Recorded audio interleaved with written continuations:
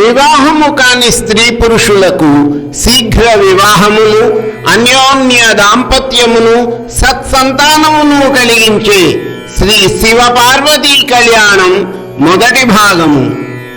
వాగర్ధావివ సంపృక్తౌ వాగర్ధ ప్రతిపత్తయే జగతః పితరౌ వందే పార్వతీ పరమేశ్వరౌ. వందే పార్వతీ పరమేశ్వరౌ. వాక్కు అర్థముల వలె కూడి ఉన్నవారు ఈ జగత్తునకు తల్లిదండ్రులు అయిన పార్వతీ పరమేశ్వరులను వాక్కు మరియు అర్థముల సంప్రాప్తి కొరకు నమస్కరిస్తున్నాను. పవిత్రమైన భారతదేశంలో హిందూ ధర్మంలో వివాహ వ్యవస్థకు ఎంతో ప్రాధాన్యత ఉంది. ఈ వ్యవస్థలో భాగముగానే వరుడు ధర్మేచ అర్థేచ కామేచ మోక్షేచ నాతిచరామి నాతిచరామి నాతిచరామి, నేను చేసే అన్ని పనులలో, జీవితంలోని అన్ని కోరికలలో మరియు నా మోక్షంలో కూడా నా జీవిత భాగస్వామిని ఎప్పటికీ వదలనని వాగ్దానం చేస్తున్నాను అని చెబుతాడు. అటువంటి వివాహ వ్యవస్థలను ఎన్నింటినో మనము మన పురాణములలో గమనించవచ్చు. వాటిలో పార్వతీ కళ్యాణం, సీతా కళ్యాణం, రుక్మిణీ కళ్యాణం మొదలైనవి ఎంతో ముఖ్యమైనవి. అందులో అతి ముఖ్యమైన శ్రీ పార్వతీ కళ్యాణమునకు సంబంధించిన వివరము శివమహాపురాణంలోను, వాయుపురాణంలోను, స్కాంద మహాపురాణంలోను అత్యంత వివరముగా వర్ణింపబడింది. ఆ తరువాత మహాకవి కాళిదాసు కుమార సంభవం అనే మహాకావ్యాన్ని వ్రాశాడు.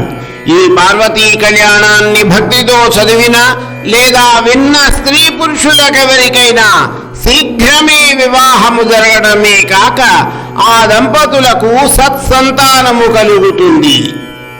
అటువంటి వారికి ఏ విధములైన దుష్టగ్రహ బాధలు కలుగవు. అటువంటి మహాద్భుతమైన పరమ పుణ్యప్రదమైన శివపార్వతీ కళ్యాణమును మనము ఇప్పుడు వివరించుకుందాము. దక్ష ప్రజాపతి తన జ్యేష్ఠ కుమార్తె అయిన సతీదేవిని ఈశ్వరునికిచ్చి వివాహము గావించాడు.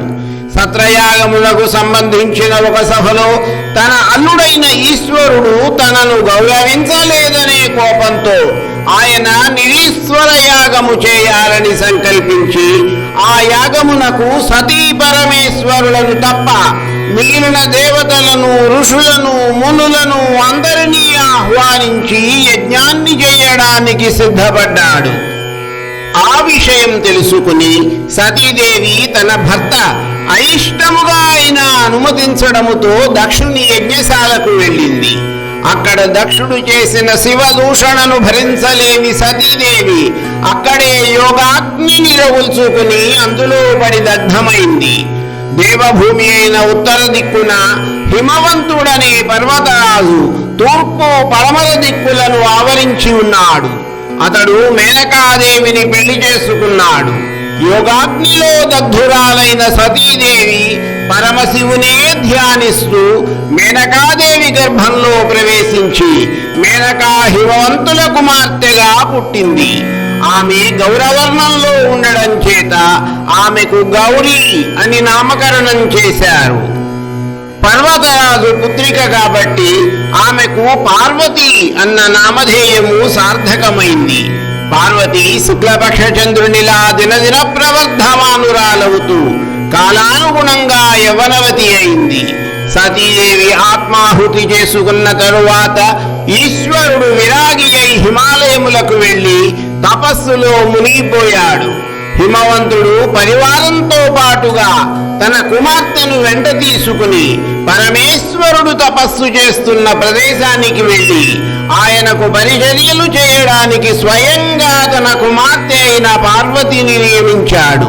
పార్వతీదేవి భక్తితో పువ్వులు, సమిధలు, దర్భలు ఈశ్వరునకు సమకూరుస్తూ ఆయన తపస్సుకి భంగం కలుగకుండా పరిచర్యలు చేస్తున్నది. ఇక దేవలోకంలో తారకాసురుడు పెడుతున్న అనేకమైన బాధలను భరించలేని దేవతలందరూ దేవేంద్రునితో కలిసి బ్రహ్మదేవుని దగ్గరకు వెళ్ళి ఆయనను గొప్పగా స్తుతించి, తండ్రి, సమస్త సృష్టికర్తవైన నీకు నమస్కారము. నీవు పితృదేవతలకే తండ్రివి, దేవతలకు దేవుడవు, నీకంటే రెండవది లేదు అని స్తుతించారు.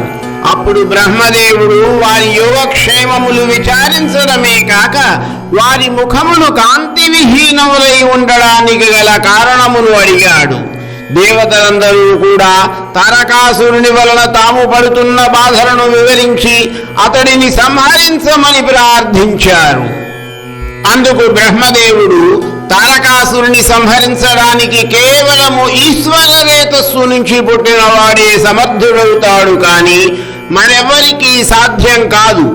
ఈశ్వరుని రేతస్సును పార్వతి మాత్రమే భరింపగలదు. అందువలన మీరందరూ వెళ్ళి శివునకు పరిచర్యలు చేస్తున్న పార్వతి పరమేశ్వరుని ఆకర్షించేటట్లుగా ప్రయత్నించండి. ఆ పార్వతీ పరమేశ్వరుల కుమారుడు మీకు సేనాని అవుతాడు అని చెప్పి అంతర్ధానం చెందాడు. అప్పుడు దేవేంద్రుడు పరమేశ్వరుని మనసును చలింపజేయగలిగే శక్తి కేవలం మన్మధునకు మాత్రమే ఉన్నదని మన్మధుని మనసులో తలుచుకున్నాడు.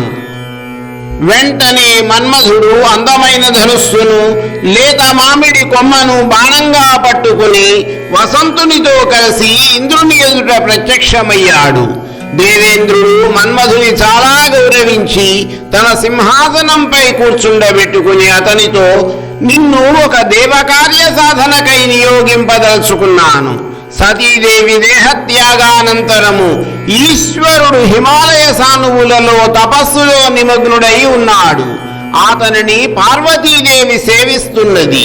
దేవతలను వాధిస్తున్న తారకాసురుని చంపగల శక్తి ఈశ్వర రేతస్సు నుంచి పుట్టినట్టి వానికే ఉన్నదని బ్రహ్మదేవుడు వివరించారు.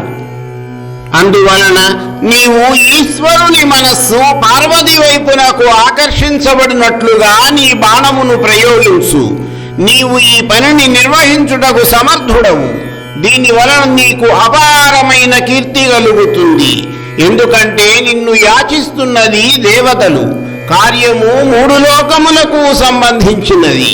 కానీ ఈ కార్యము కేవలం నీ బాణము చేత మాత్రమే సిద్ధిస్తుంది. ఈ విధముగా పలికిన దేవేంద్రుని పలుకులకు పొంగిపోయిన మన్మధుడి ఆజ్ఞపై వసంతుడు ప్రకృతినంతటినీ పులకరింపచేశాడు. మిగిలినది రేపు తరువాతి భాగములో.